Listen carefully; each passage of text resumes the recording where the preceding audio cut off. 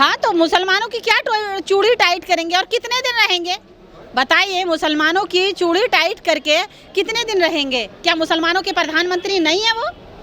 बताइए। अब तो ऐसा ही लगता है कि मुसलमानों के प्रधानमंत्री वो हैं ही नहीं। लगता है कि वो सिर्फ और सिर्फ एक अमीरों के प्रधानमंत्री हैं या आरएसएस बीजेपी के प्रधानमंत्री हैं। बाकी लगता नहीं कि वो पूरे भारत के प्रधानमंत्री हैं। लेकिन नारा देते हैं सबका साथ, सबका विकास, सबका विश्वास। किस बारे में कुछ दिखाया?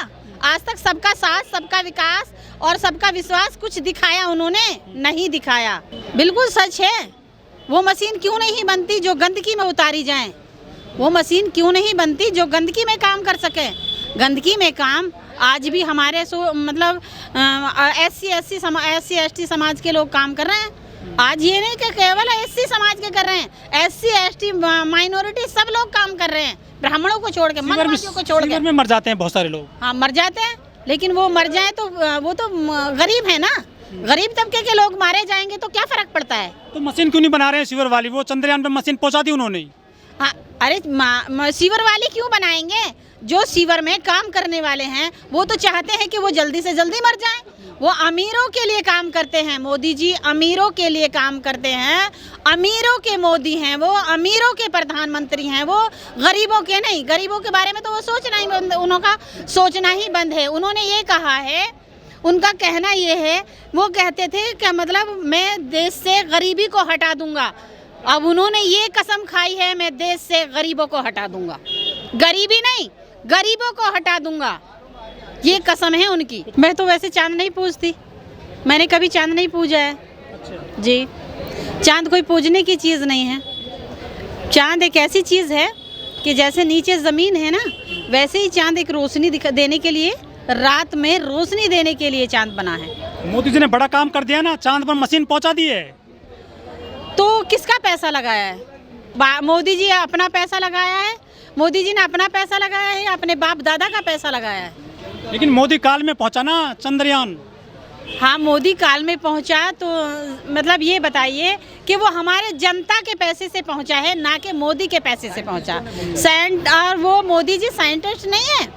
अरे वो तो मुलाकात कर रहे हैं आज वैज्ञानिकों से बंगलौर में। हाँ, तो वैज्ञानिकों से क्या, वो तो किसी से भी कर लेते हैं। जिनका नाम होता है, जो अच्छा काम करते हैं, वो उसके नज़दीक चले जाते हैं। क्या बेटियों के, जब पहलवान बेटियां जब वो गोल्ड मेडल जीत कर लाई, क्या वो उनके परिवार की नहीं थी? वो भी तो बेटियां भी तो उनके परिवार की थी। जो अच्छे काम करता है, जो उनको फोटो खिंचवाने का बहुत शौक है मोदी जी को कोई काम करने का शौक नहीं है। मोदी जी को प्रधानमंत्री हैं, उनको अपने जो उन्हें कारनामे करने चाहिए, जो उनका हक है, जो लोगों का अधिकार है, जो वो करना चाहते, जो मतलब करना चाहिए, उस काम को नहीं करते हैं। मोदी जी सिर्फ फोटो खिंचवाते हैं। भारत का जो भी इंसान बड़े काम करेगा, चाहे वो वैज्ञानिक हो, चाहे वो कोई बड़ा मतलब जो धुरंधर काम करेगा, जो मतलब भारत में नाम का काम करेगा, उसके साथ मोदी जी फोटो खिंचवाने का काम करें। प्रधानमंत्री है ना, वो क्या दिक्कत है आपको? प्रधानमंत्री हैं तो हमारे बेटियों के लिए प्रधानमंत्री नहीं रहते? जो मुसलमानों के ऊपर अत्याचार होता है उनके लिए मतलब वो प्रधानमंत्री नहीं रहते? जो मतलब हमारे दलितों के साथ जो अत्याचार होते हैं उनके लिए वो प्रधानमंत्री नहीं रहते? तो फिर किसके प्रधानमंत्री हैं? अगर वो आम जनता के प्रधानमंत्री नहीं है तो किसके? आरएसएस बीजेपी के प्रधानमंत्री हैं या अमीरों के हैं? जो लोग अमीर हैं, अमीरों के प्रधानमंत्री हैं, गरीबों के तो नहीं लगते। गरीबों को तो चाहे कहीं जला दिया जाए, चाहे कहीं मार दिया जाए, कहीं खचेड़ लिया जाए, कुछ भी कर दिया जाए, औरतों का कितना ही बड़ा शोषण कर दिया जाए, वहाँ क्यों नहीं पहुँचते मोदी जी? सच बात है। देखो मेरे अच्छे दिन किसके बारे में, किस काल चल रहा है आपके लिए? अमृतकाल नहीं चल रहा है। अगर सोचा जाए ना तो गौमूत्र काल चल रहा है, गौमूत्र काल चल रहा है, गोबर काल चल रहा है। कौन सा अमृत काल चल रहा है? सारी दुनिया तो गौमूत्र पिलाया जा रहा है, पैकिंग हो रही है, बोतलों में फैक्ट्रियां खुल रही हैं। तो मर्जी से पी रहे हैं ना? मर्जी से पी रहे हैं, दवा के तौर पर। दवा कौन सी ऐसी दवा? फिर तो ये तो जितने हॉस्पिटल हैं इनको बंद कर दिया जाए, हॉस्पिटलों को बंद कर दिया जाए। आपकी मर्जी है, पीजिए आप। दिया जाए। जबरन तो कोई नहीं पिया रहा आपको? नहीं तो वैसी मानसिकता बना रहे हैं ना लोगों की, जो कमजोर तबके के लोग हैं उनको इकट्ठा करके सनातन काल आ रहा है, सनातन काल किस जगह में कैसा सनातन काल, काय का सनातन हिंदू काल, राष्ट्र बन रहा है। हिंदू राज। जो ये हिंदू जितने इतने शोषण हो रहे हैं, क्या ये लोग हिंदू नहीं है? क्या ये सब मुसलमान है?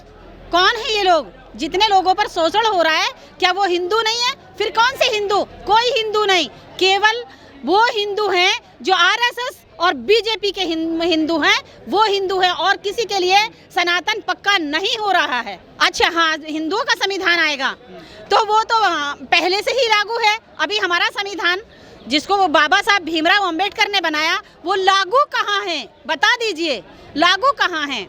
अगर लागू होता तो क्या लोगों के साथ इसी तरह शोषण होते? नहीं होते ना। बराबरी किस जगह है? क्या लोगों पर इसी तरह मुंह दिया जाए, पेशाब कर दिया जाता?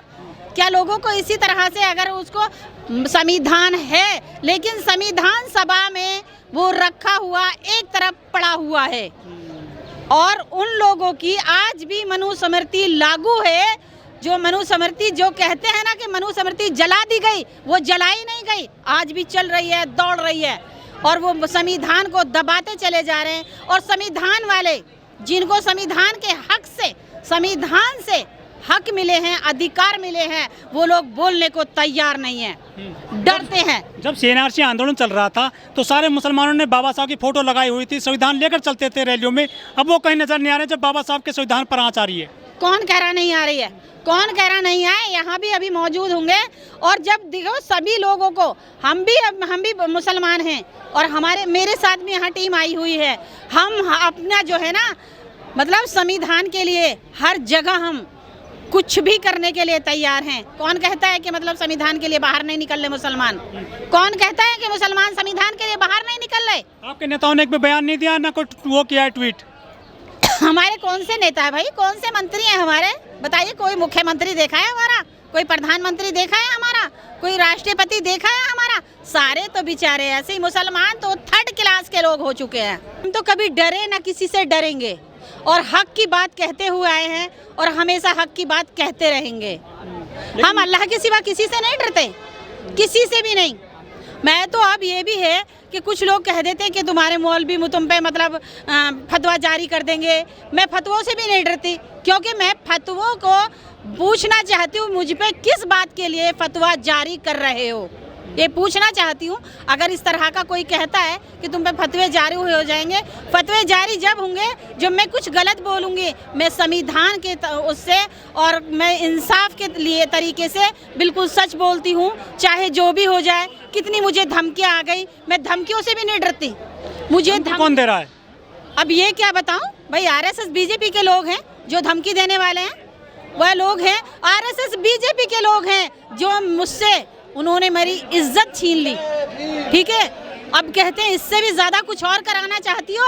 अब तो तुम्हारे जो साथ होना था वो भी हो गया, तो क्या हुआ भाई? ज़्यादा से ज़्यादा जान ले लोगे हमारी, मुझ पे, इंसाफ पे, संविधान पे, देश पे, और देश के भारत के मतलब संविधान पर, और भारत के लोगों पर, ईमानदारी पर और सच्चाई पर अगर मेरी और मेरे परिवार की जान चली जाए तो कोई परवाह नहीं है। संविधान कैसे बचेगा?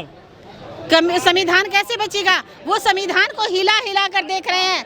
बच्चा सीधी बात ये होगी कि हम सबको जो है ना रोडों पर उतरना होगा, सड़कों पर उतरना होगा, हमें सबको एक बनकर चलना होगा, हाथ में हाथ डालकर दिखाना होगा कि हम बौद्ध हैं, हम मुस्लिम हैं, हम सिख हैं, हम ईसाई हैं, बशर्ते उनके साथ में कोई भी ब्राह्मण नहीं होने चाहिए, हिंदू नहीं होने चाहिए। क्योंकि ब्राह्मण 1000 क्विंटल दूध में एक नींबू ही काफ़ी है, और बड़ी बड़ी पार्टियों में और बड़ी बड़ी महफिलों में एक ब्राह्मण ही काफ़ी है बर्बाद करने के लिए।